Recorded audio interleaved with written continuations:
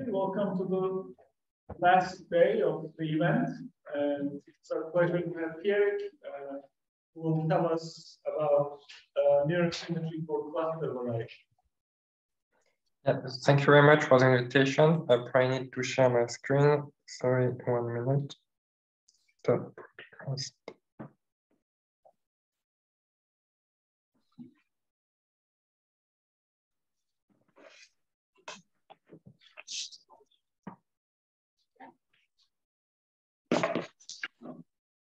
Okay, so thank you very much for the invitation to speak at this conference. So I will report on some paper which is on the archive since last month with the same title as this talk, and which is joint work with Julia Argus. So this talk will have essentially two parts. And the first part will be some kind of continuation or application of the talk of Mark Gross yesterday. So it will be about extension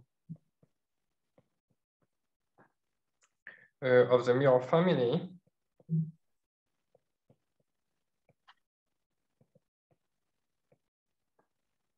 for what I will call HDTV log-color varieties, where here I'm using the acronym HDTV, higher dimensional tropical vertex, which was the title of my Gross talk yesterday, because here we'll be considering exactly the class of log-color varieties considered in this paper.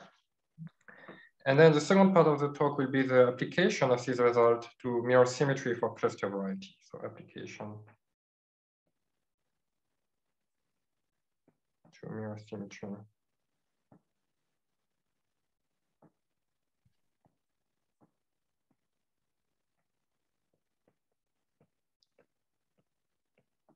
For cluster varieties. So maybe before starting, let me say something, a few general comments.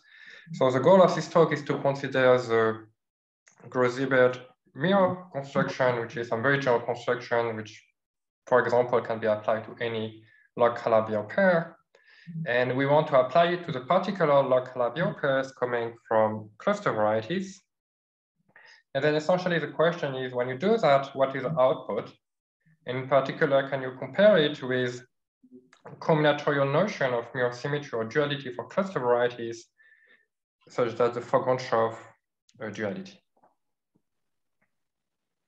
Okay, and so some other first part of the talk will be maybe a slightly technical result about Gross Siebert mirror family for particular class of log-Calabian varieties, but this result will be necessary to even phrase properly our main result to compare the Gross Siebert mirror family for cluster varieties and the Fock Goncharov notion of cluster dual varieties.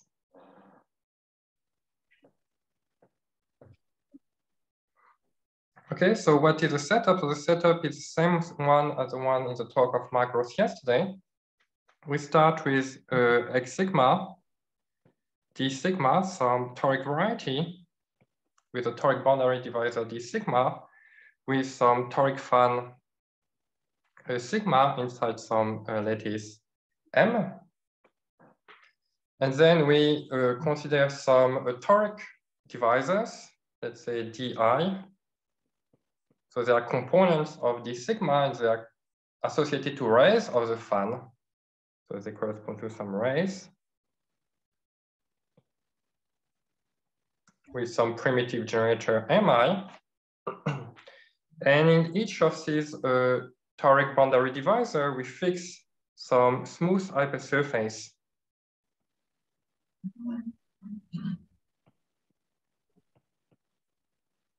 HI.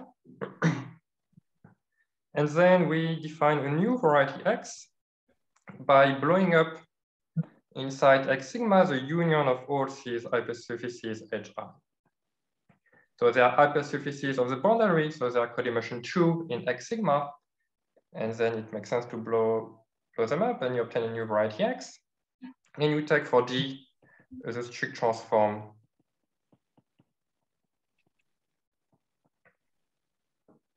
of D sigma, and then you get in this way some log-Calabian pair XD.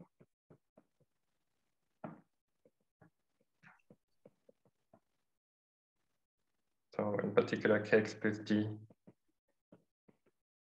is 0. And for the purpose of this talk, just to have some terminology, I will call such log-Calabi-Yau pair HDTV log-Calabi-Yau pair. So they are simply the one obtained from toric variety by blowing up smooth disjoint hypersurfaces contained in the toric boundary.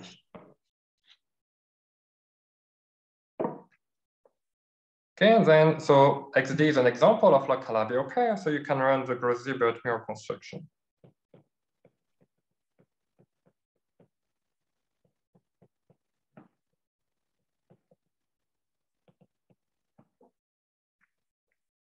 And the output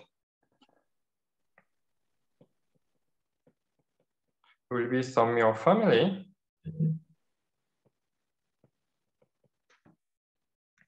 And we denote it by X check, which in general is some kind of formal family of varieties over some formal base, which will be the formal spectrum of some kind of ring of power series, C double bracket any of X,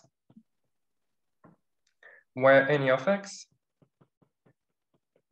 is a monoid spanned by effective curve classes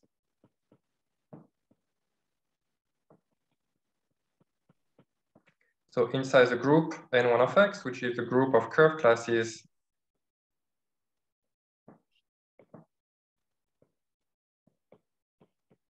modulo numerical equivalence.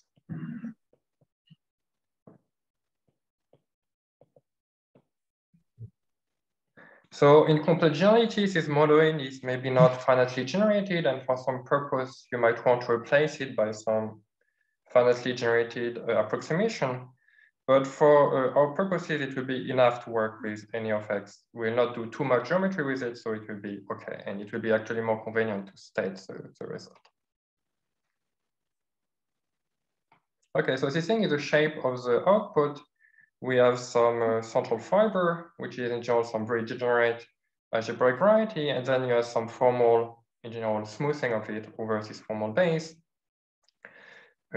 which is essentially the whose algebra function is the monoid algebra of the monoid of effective curve classes.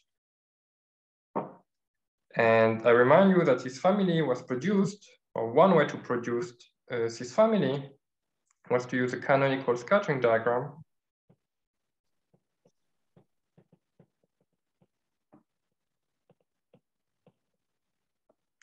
Then we denoted dcan of xd, which is an object living on, let me call sigma xd, for the tropicalization of xd. And so it's a scattering diagram. It's a collection of walls decorated with functions. And very roughly, the functions attached to the wall were generating series of punctured chromophoto invariants. So our very schematically something like sum over beta in any of X. So some coefficients, some kind of punctured chromophoto invariants, T to the beta, Z to the minus U. So I will not review all the details, only reminding you that, in the construction, the input has this kind of generating series of chromophoto invariants, which in particular are decorated by curve classes beta in any of X. And there are these curve classes which appear ultimately in the base of the mirror family. Okay, so in the scattering diagram, we have power series in these variables. And when you construct the algebra of theta functions by looking to broken lines inside this canonical scattering diagram, you get objects which have coefficients, which are power series in this T to the beta. And so the resulting family is living over this base, where T to the beta are functions. Okay, so on this slide, it's a completely general story, which is valid for any log-Calabi-Yau pair XD. But then we want to specialize it to this particular HDTV setup where you consider blow-up of toric varieties. And the main claim is that in this case, you can do something a little better in the sense that you can extend the base of this mirror family to something a little bigger.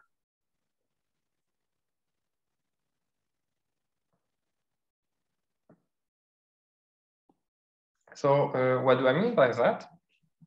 So we are in the setup where XD is obtained by blowing up this toric pair X sigma D sigma.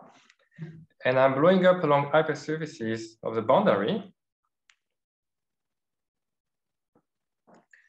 And so in the blown up geometry, I have exceptional divisor. Maybe I denote by curly EI the exceptional divisor.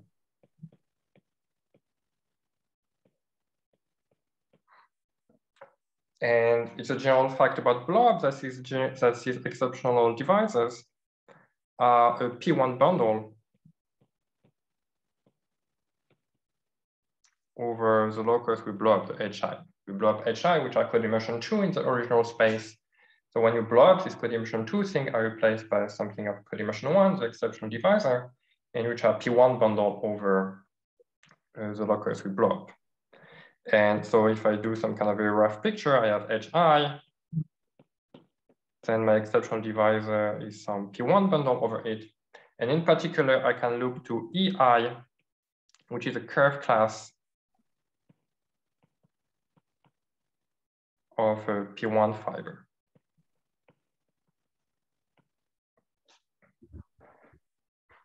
Okay, so maybe just, so in the surface case, if I just start with P2, and if I blow up a point, so HI is a point, I produce an exceptional divisor. And in this dimension 2 situations, this exceptional curve is the same thing as the exceptional divisor. Okay, so this is curve classes EI are exactly the new curve classes in X, which were not present in the original toric variety X sigma. Okay, so if you look to the group of all possible curve classes on X, then it is a group of curve classes coming from the toric variety, which are pullback of the toric variety, and then direct sum the lattice spanned by these new curve classes. But what we care about for the mirror construction is not the space, is not the group of all possible curve classes, but it's a monoid of effective ones. So I will have the monoid of effective curve, any of X. And this monoid is contained inside any of X sigma, and then direct sums is lattice.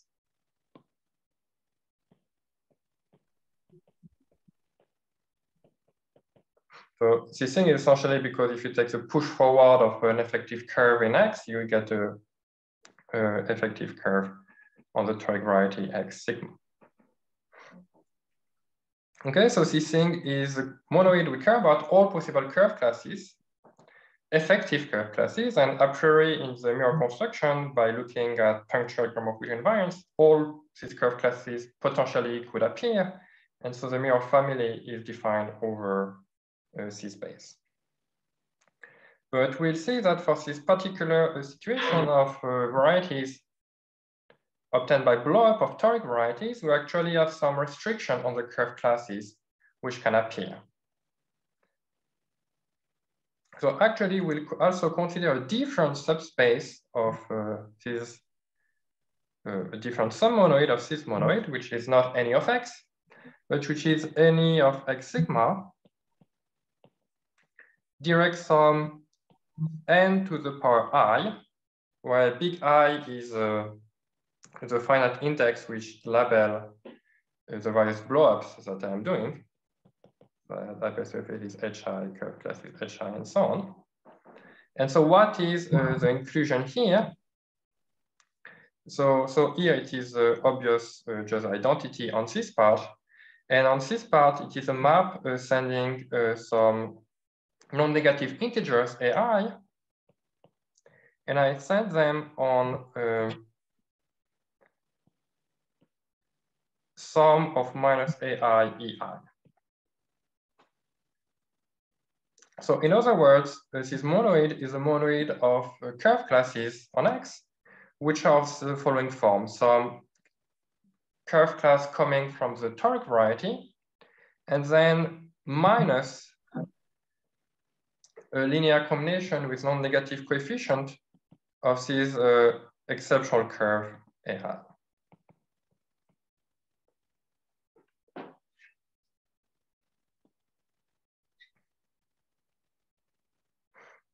And now we can make some geometry construction to construct what will be an extended basis for an extended mirror family.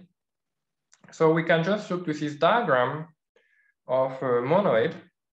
I have any of x on one side and any of x sigma direct sum n to the I on the other side, which are both contained in a common thing.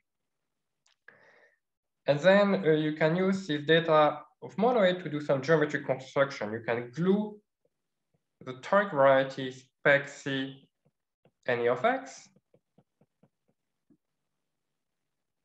on at least the affine scheme spec C of any of x, and the other affine scheme spec of any x sigma direct sum ni along some common open subset, which will be spec of C any x sigma direct sum z of EI.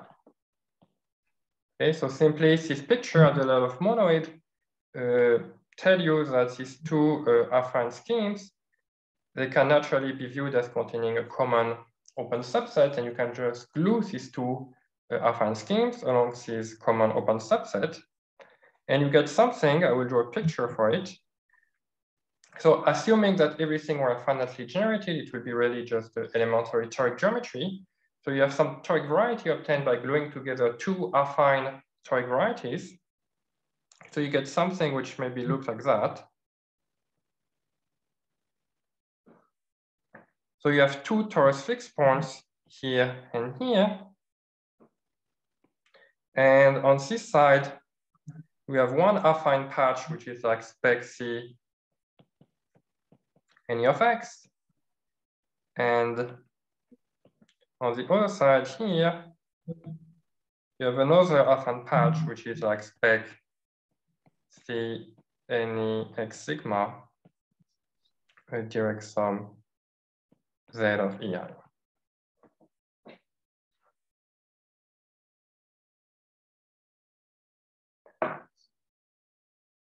Okay, so why is this picture relevant for the mirror family?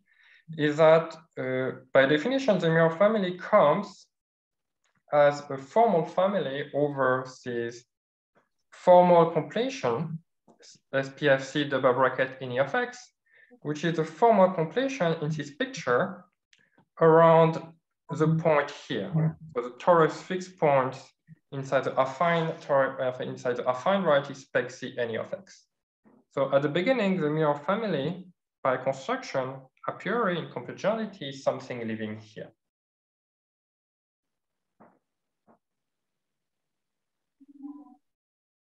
And our first result will be that this family actually has a natural extension to something bigger in this picture. So let me put it in red. In red, I am drawing now the formal completion of this scheme along these two black loci.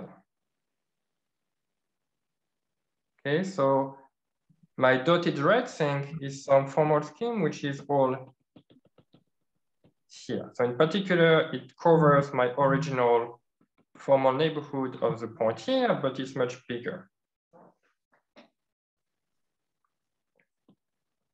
And so the first theorem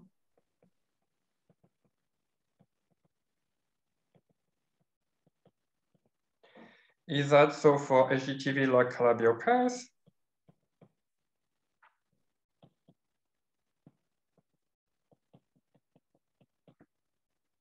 so the mirror family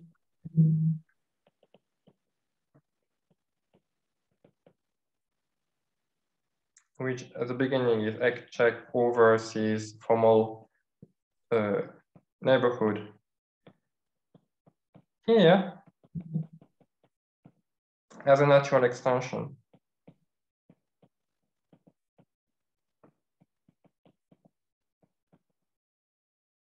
over this red locus.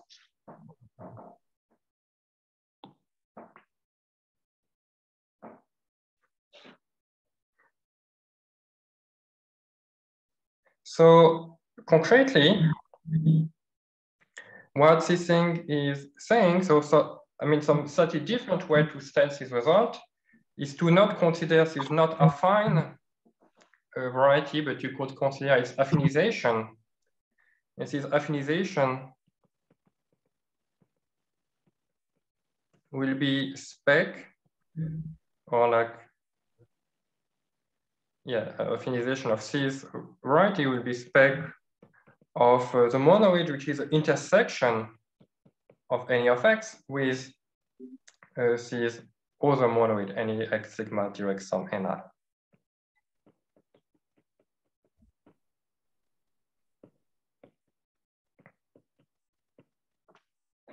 And so a concrete way to say what this statement means is that if you write down the equations of the mirror, so in general, this equation involves coefficients of the form t to the beta, where beta are various curve classes.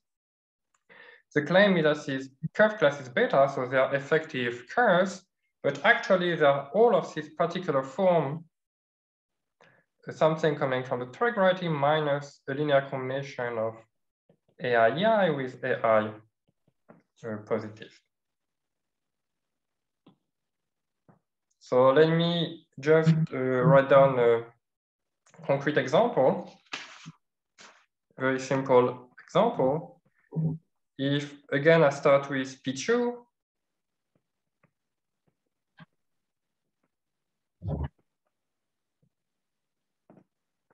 so here is a fan of P2, and here is some kind of dual picture. And if I simply blow up a point,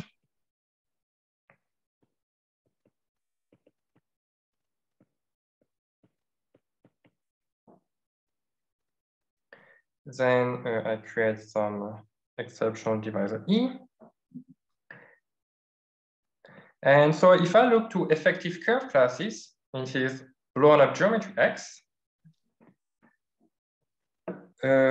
so the space of curve classes up to numerical equivalent is of dimension 2 because it's 1 for P2, but I've done one blow up, so there is one more generator. So I have some kind of space spanned by E and spanned by L, where L is a pullback of class of a line of the class of a line on P2. And then if I ask what is a cone of effective curve classes, so certainly E and L are both effective, so I have all this cone, but the strict transform of a line passing through the point that you blow up is also effective, and it's something which has a class L minus E. So this thing is also effective. So actually any of X is given by this picture. But what this result is saying is that actually not the full any of X is relevant for the mirror family, but only its intersection with this piece. So maybe let me now put it in green. So what is this piece? They're the thing coming from the Treg variety, so things multiple of L in this example, and then non-negative multiple of E. So this thing is only this cone. So the claim of this so the very special case of this result is that if you write down the mirror family of P2 blow up in one point, a priori in the equations of the mirrors, it will be T to the beta, where beta are various curve classes in any of X, so in this blue picture. But actually the claim is that only curve classes in this green part will appear. And indeed, you can check that the mirror. Can you say that once again? Sorry, the last sentence. Yeah, so maybe I'm saying it again while writing. So if you write down the mirror, so it will be, so the algebra of mirror is spanned by some theta functions. And in this case, we can show that the mirror algebra is generated by 3 theta functions, theta 1, theta 2, theta 3. And there will be some relations between them. So there will be one relation, theta 1, theta 2, theta 3 equals something. And a priori, the coefficients of this equation could be any power series in the variable T to the beta, where beta are effective curve classes. It's a concrete version of the statement that the mirror family is defined over C space. So for example, here, there could be something like T to the beta, where beta could be any element in any of X, or any element in the blue part of this picture, in the blue cones. But the claim is that a priori, you are guaranteed to find curve classes which are only in this green part. And indeed, if you do the concrete computation in this example, you find that the answer for the mirror involves T to the L here and T to the L minus E here. And so indeed, L and L minus E are part of this green cone, but you don't have something like T to the E, which is here and which is not part of the green cone. It's just, this sounded much like this affinization. The stuff you started saying after affinization sounded much stronger than the previous claim that we made. Are they cool? Like the one with the two affine toric varieties? Yeah. So it's just, there is 2 ways to state, but they are essentially equivalent. One, you work on some kind of affinization, and another one you work with is a kind of non-affine, but made of 2 copies. And they're essentially equivalent because essentially the family is kind of constant on this locus here. And so when you contract it, you get the affinization. So actually, the only reason why I prefer to draw this picture of some non-affine thing is because there it is really true that spec C any of X is really embedded inside this picture. And so the extended family is really an extension in the most naive sense.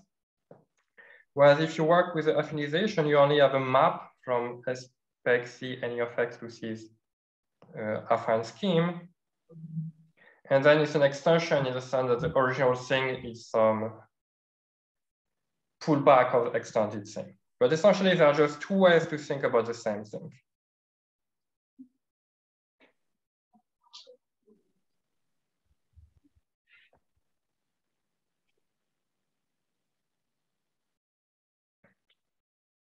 So some comment on the proof.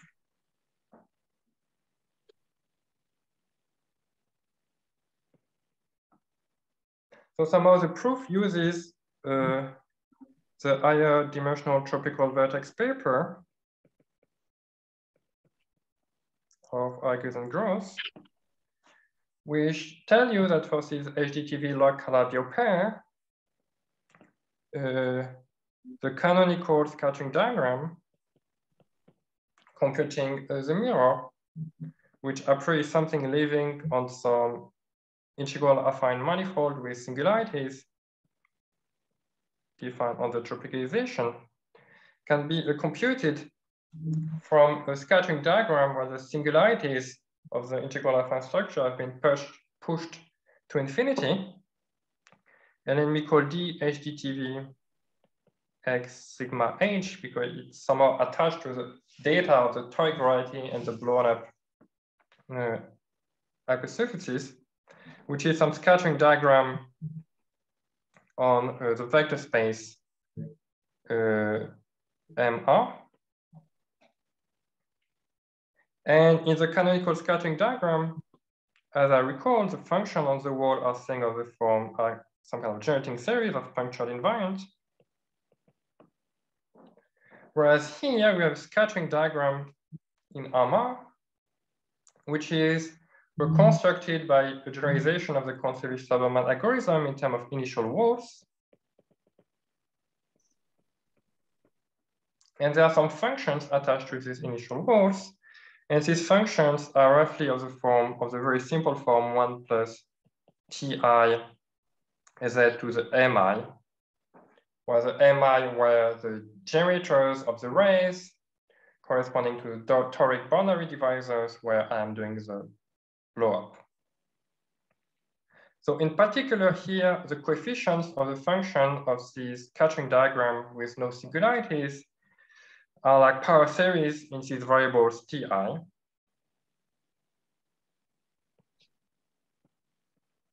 And so more precisely, because the initial walls involve non-negative powers of ti, we can check that in the consistent scattering diagram obtained by running the generalization of the Conservich-Silberman algorithm, you will only produce power series in ti with really no power series in ti, in particular with monomial with non-negative powers of ti.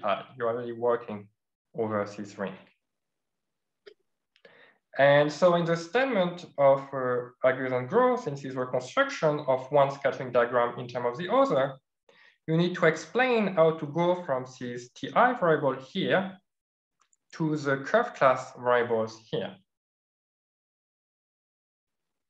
And in this paper, there is indeed some recipe saying that if you have some monomial of the form ti to the ai, so with ai non-negative, then it will correspond on this side to some t to the beta for some curve class beta, which is of the form some toric curve class that I will not review how to define, but you can define essentially using toric geometry, and then minus sum over ai ei.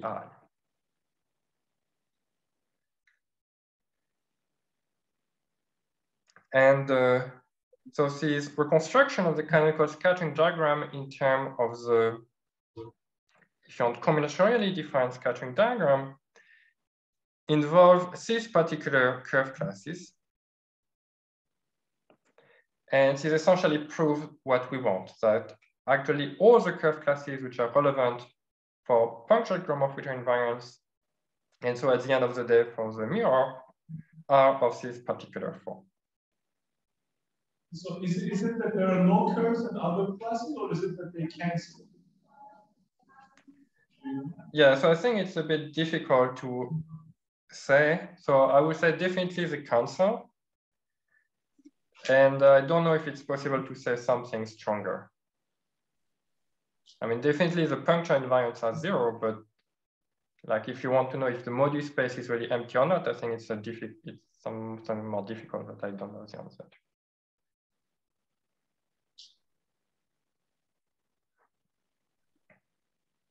Okay, so this thing is a very brief sketch of the proof that for this particular local Labiot varieties obtained as blow-up of toric varieties, you have some kind of explicit reconstruction algorithm for the canonical scattering diagram.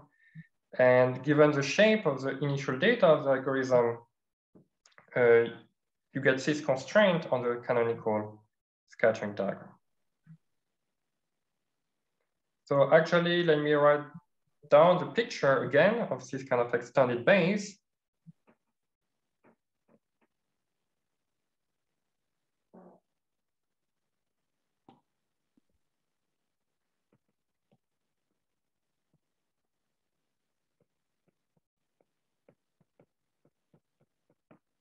So the original family was living here, and then the claim is that the family canonically extend over this bigger locus. So let me say a little more about how the things look like away from the original point.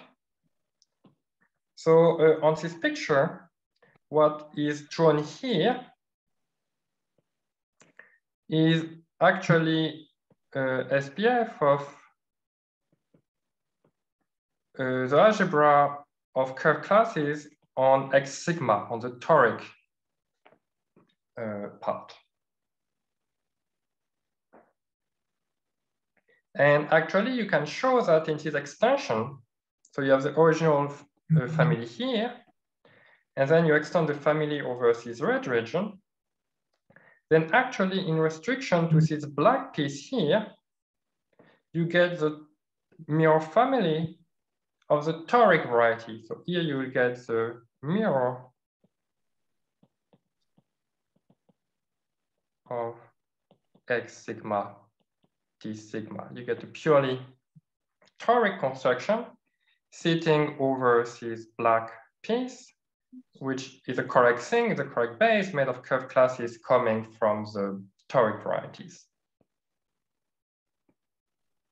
And then our full extended mirror family is bigger because it also sees the other curved classes which do not come from the toric varieties, the curved classes EI. And in particular, you can restrict this extended mirror family to a particular point in this picture, which is a unit like 1. So this blue point is 1. It's a point with coordinate 1, 1 inside the big torus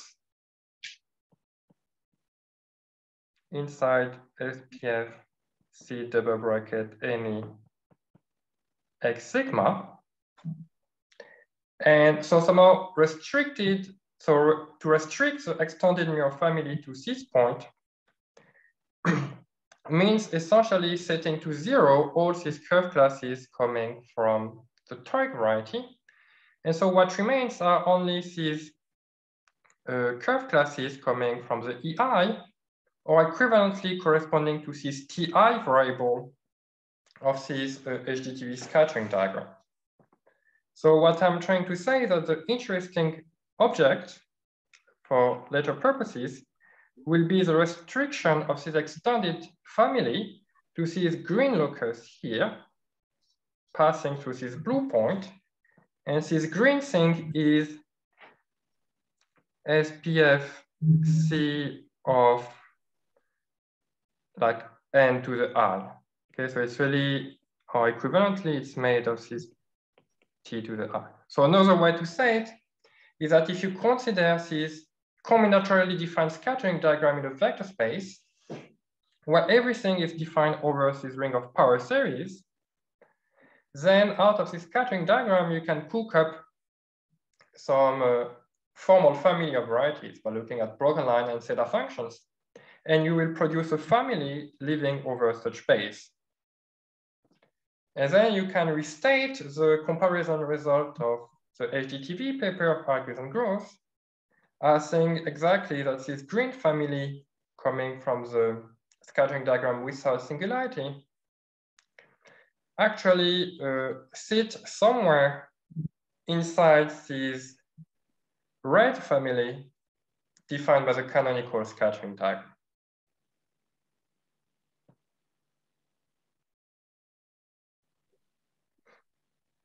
Okay, so maybe this picture, I don't know if this picture is a little bit confusing. Let me just put a few more information on it just to have a picture. So here, the central fiber of the mirror family is something very degenerate. It's a union of several irreducible components. So maybe here it's supposed to draw, in the surface case, it's some kind of union of affine planes glued together. And along this locus, this central fiber does not change. So here you still have the same very degenerate fiber.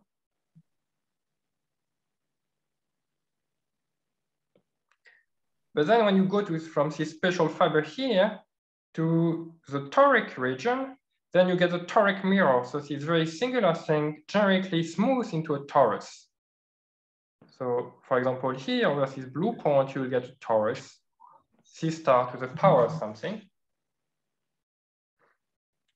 And then this green thing is some family whose special fiber is a torus, and with the general fiber or formal smoothing is something more interesting, which is like the mirror to your original thing.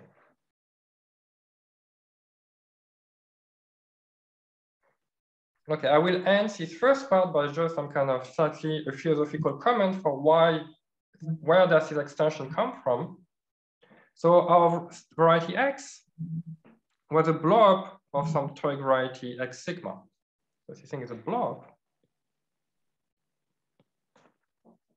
So in algebraic geometry, a blob is some kind of discrete operation. But from a symplectic or Keller point of view, it is a continuous operation. So this thing means that X and X sigma are continuously related, are continuously connected in the Keller moduli.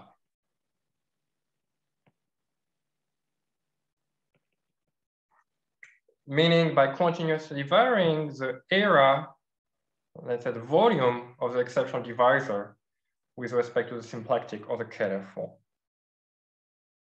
And so by mirror symmetry, you expect that the mirror family of X and the mirror family of X sigma should be continuously connected in the complex moduli. And it is indeed what we see here, where the interpolation between the two, the function on this locus here, are indeed the function attached to the curve, like to the exceptional curve classes T to the Ti. Okay, so this thing is just maybe slightly vague, but why you should expect this kind of phenomenon that the mirror extend over something bigger is related to the fact that the original variety is a blob of something, and you can somehow predict it.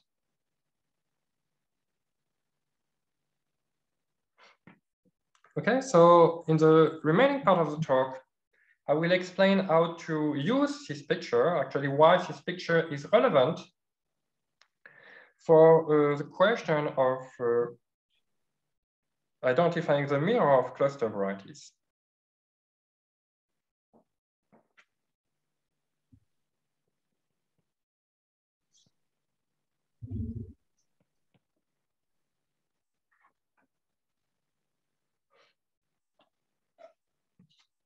So there are at least 2 points of view on cluster varieties that I reviewed in my talk at the school last week. One was about gluing tori together. And if you can glue tori, you can also glue dual tori. And this led to this notion of Fock Goncharov dual pair.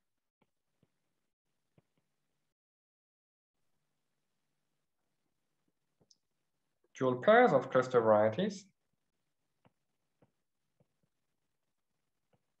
usually denoted A and X, where A is obtained by gluing tori of the form spec C bracket M, and X is obtained by gluing tori of the form spec C bracket N. So dual tori, or N and M are dual lattices. And the gluing was according to these birational mutation transformations. And something more directly related to us was the fact that A and X can be realized at least up to codimension 2 as interior or log Calabi-Yau varieties. So concretely, the data of A and X is specified by the data of the lattice N, some skew symmetric form on N, and some basis EI of N. So to spare notation, I will not distinguish frozen and unfrozen. I will forget frozen variables. Okay, so if you have such data, and if you want to describe A, you consider some fan in N containing the rays spanned by the basis element EI.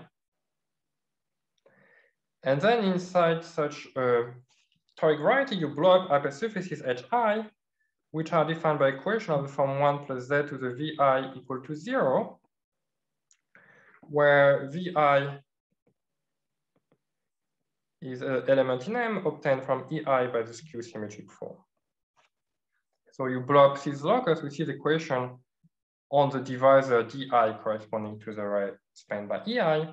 So if you do that, you get some log-Calabi-Yau pair, actually an example of HDTV log-Calabi-Yau pair of the type we were describing before, actually a very special case.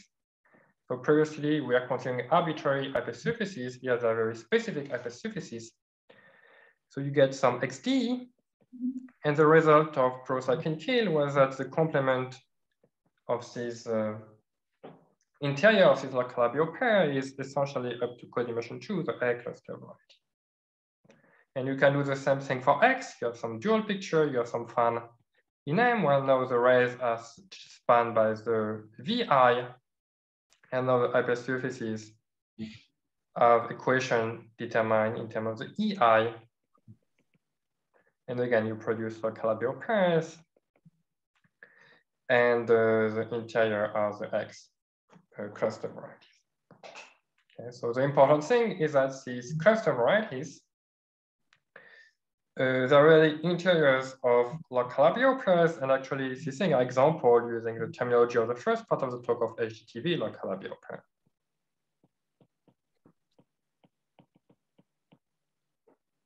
So here I'm making maybe a few simplifying assumptions.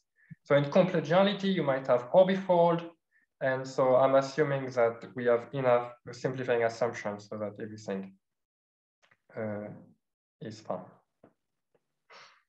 Okay, so there are HDTV log-Calabi-Yau pairs. So there are in particular log-Calabi-Yau pairs.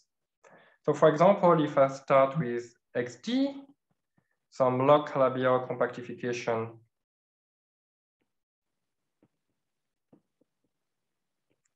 of the X cluster variety, for example, then I can run the mirror. So I run the Gross Siebert mirror.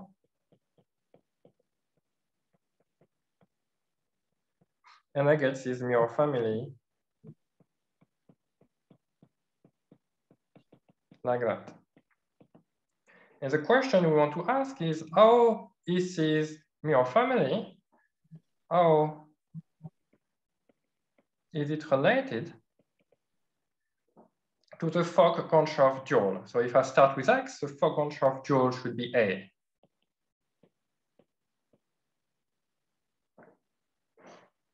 Okay, so it was expected since a long time that this Fock Goncharov duality between A and X should be viewed as an example of mirror symmetry.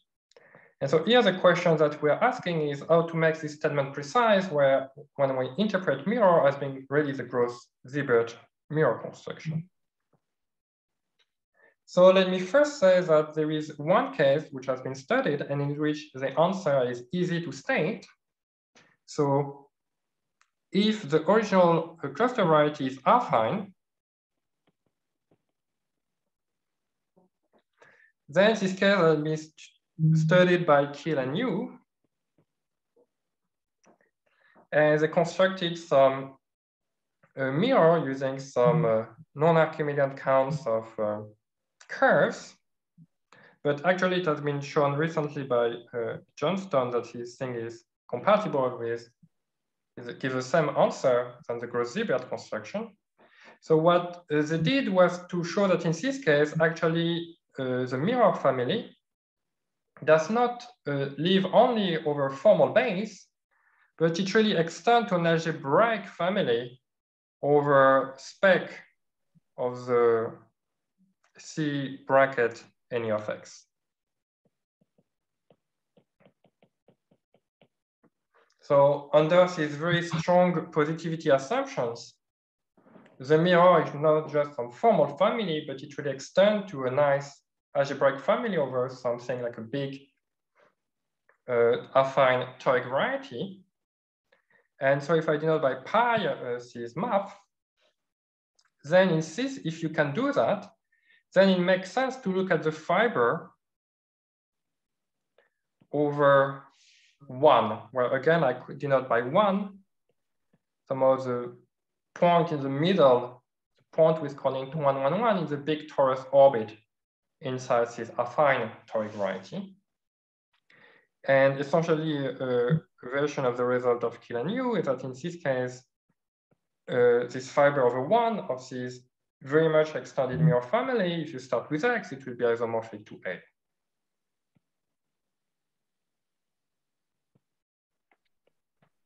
Okay, so in the affine case,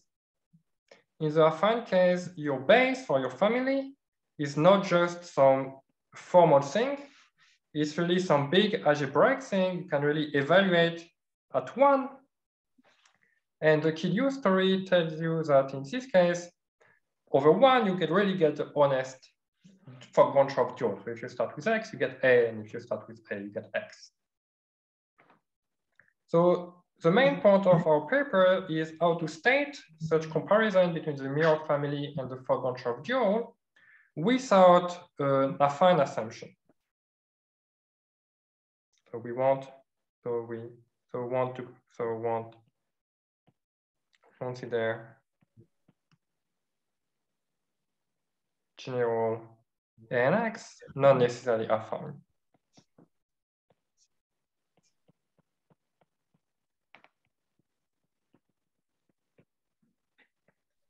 So in this case, it's possible that the formal family does not extend over this big variety, and it's maybe not possible to specialize to this point 1. And so it's maybe not possible to recover the dual A and X. But still, it is possible to hope to recover something like degenerations of A and X, some kind of formal version of A and X.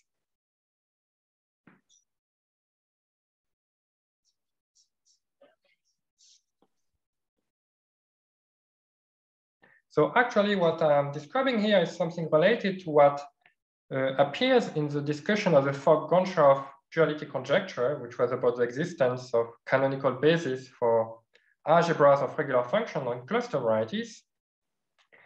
And the remark that for this original statement to be true, you need some kind of positivity of affineness assumption. But in complex-duality, without such affine assumptions, Gross Siebert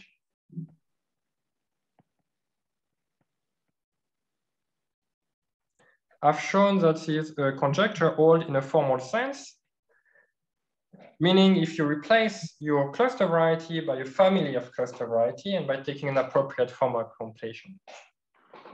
So the goal for the end of this talk is to describe what's the kind of family of cluster varieties which appear in the work of Gross Siebert. And then the main result of this talk will be a connection between these families and these extended mirror families.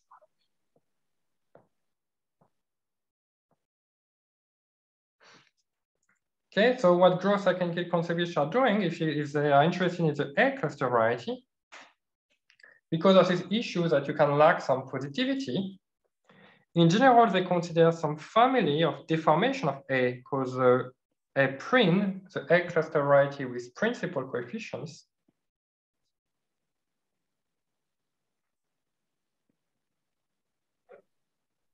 And it is a family of varieties over the torus spec C bracket N.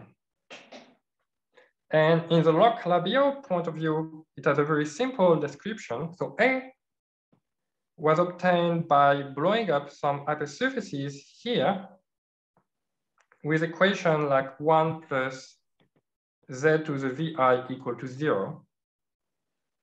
And so if you want to deform this geometry, you can simply put a parameter here and blow up these new hypersurfaces. So now the Ti has a parameter here. And so by construction, when the Ti are 1, you recover your original A cluster variety. So A prime start with A and deform it by this Ti parameter. So here, so A prime is usually viewed as a family over this torus. But actually, in this equation, it makes sense to take Ti goes to 0. So actually, there is a partial compactification of A prime bar over the affine space C n plus, where n plus is a positive cone, sum of I and EI. And so you get something over some affine space. So over 1, you get your original A cluster variety. And now over the origin, you simply get a torus. Roughly because when ti equal to 0, these equations say 1 equal to 0, so you actually blow up some empty locus. So you don't do any blow up. And so you stay with your toric interior. And so actually this family, which is actually the key technical tool inside the Gross Siebert paper, is a degeneration of the A cluster variety to a torus. And now the formal object A bar at is a formal completion of this geometry along the spatial fiber.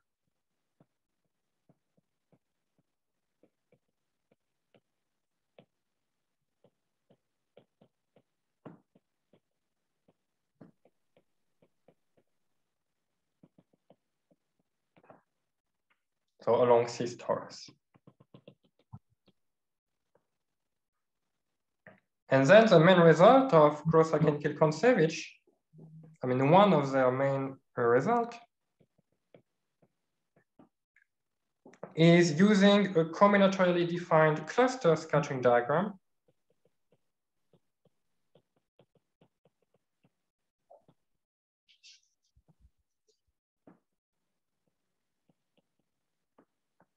to produce a basis of theta functions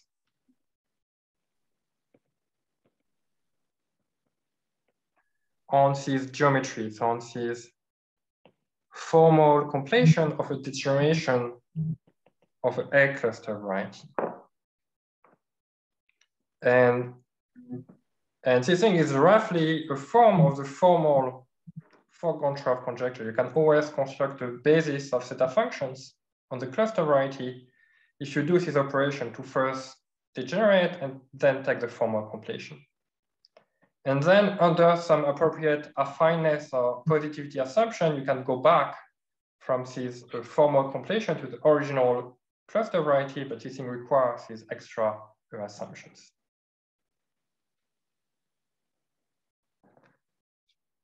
So now what is our main result?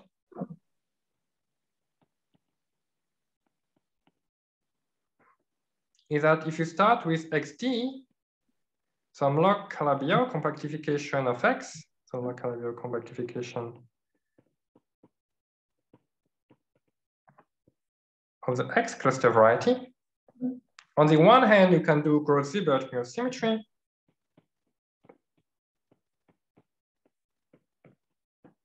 You get this in your family. Or on the other way, you can do Fock Goncharov duality. So you can look to the A cluster variety, or maybe what Gross Siebert are suggesting is that you should rather consider this formal version of a degeneration of A, which is something living over C bracket n plus. And so our main result is how do we compare these two families? And so the first remark is that they look different. So first of all, the bases are different. So here, some kind of base, and here the fiber is very much not reducible. It has many components, and then it's kind of smooth into something. Whereas here, the fiber was something not nice. It was just torus. So definitely these two things do not look the same. So it is why there is some work to compare them. But the work has been done exactly in the first part of the talk.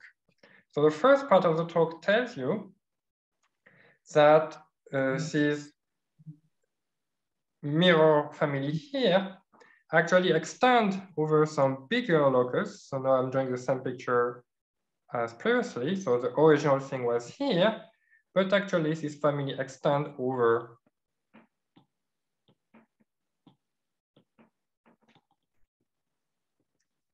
the locus here.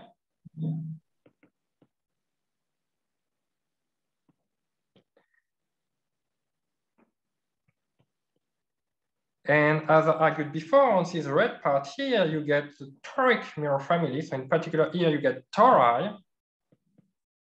We start to look more as what we have on the other side.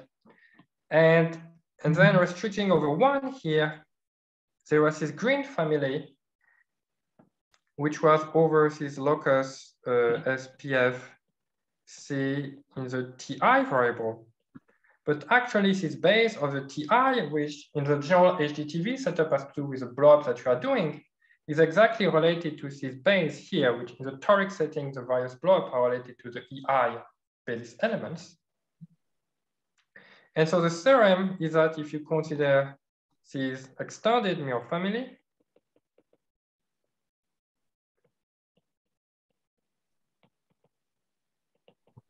and if you restrict it to this green piece,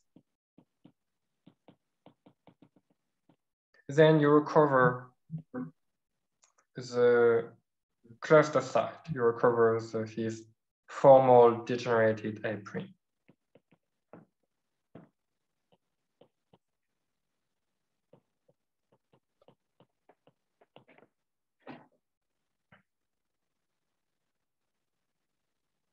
Okay, so you start with a cluster variety, then you can do two things. You can do usual mirror symmetry, or you can do some kind of cluster duality. And if you want to compare them in complete duality, you need to do this kind of change of large complex structure limits. And you do that through this interpolation using this extension of the mirror base. And I would just conclude by saying that the proof involves comparing the HDTV scattering diagram for this particular local Labio case with the one defined combinatorially by Gross Siebert, but with a cluster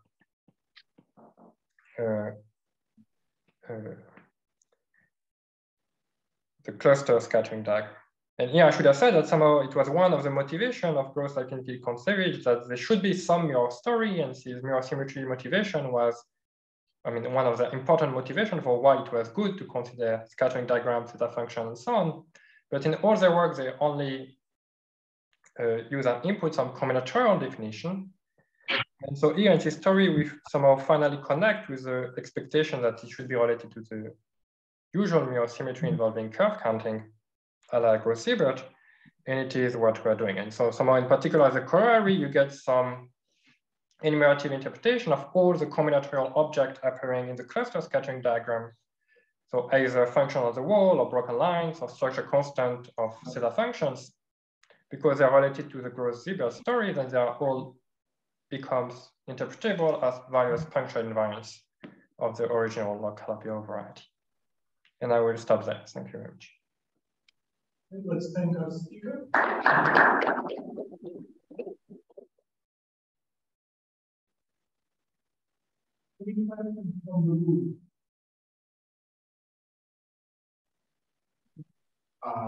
Can we call any object in this story as an upper cluster algebra? Yeah, so definitely, for example, here, when I talk about basis of theta functions, I mean basis of theta functions for the algebra of regular functions on this object. And indeed, what people usually call the upper cluster algebras are algebras of regular functions on cluster varieties. So indeed, in this story, when talking about cluster varieties, and when people talk about the related cluster algebras, most of the time they really mean the upper cluster algebras, meaning really the algebra of regular functions on the cluster varieties.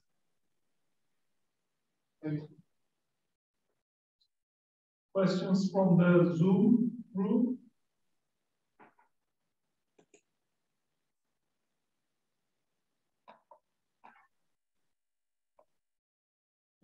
Maybe I have a question. So this Fock Goncharov duality is actually a duality on the kind of combinatorial data, right? Yes. So like one side, X variety for one data should be the A variety of other data. Yeah, so here I made some simplifying assumption, which is to restrict myself to the so-called skew symmetric case. And in this skew symmetric case, there is one way to say it is that there is a single combinatorial data, and then out of it there is A and X, and the duality exchange A and X. And so it's true that there is a more general story, so-called skew symmetry Zabel case, where you have a notion of dual or maybe Lagrange dual combinatorial data. And then indeed, then the duality should exchange A for 1 to X on the other side. And so here, one of the reasons, in fact, even in the paper, we only restrict to the skew symmetry case, is because a more general skew symmetry Zabel case, typically when you do this blow up. So in the more general case, you will need to blow up some kind of non-reduced hypersurfaces. And so actually the corresponding varieties will typically will be singular. So maybe not too badly, maybe it will only be quotient orbifold type singularities. And certainly we expect that once the Gross Siebert machinery is extended to the orbifold context, almost everything that I'm describing should go through, but as far as I know, it has not been done. And so for this reason, we restrict to this particular case, particular setup. And was there also some assumption about unfrozen? Yeah, so actually, maybe just to write down everything, I did not put a distinction between frozen and unfrozen, but actually there is no assumption. We can consider arbitrary number of frozen things or unfrozen things. It does not matter. Some of what you said assumed. Yes, I think it was only for the talk. I did not want it to, like I always wrote N, but in some places, maybe I should write N only spanned by the unfrozen part. Yes. And this thing is done carefully in the paper, but it was only for the talk that I did not want it to distinguish frozen and frozen. Yes, thank you for doing that. Just wanted to check. Okay, so last chance to ask questions. Okay, thank you very much. Thank you.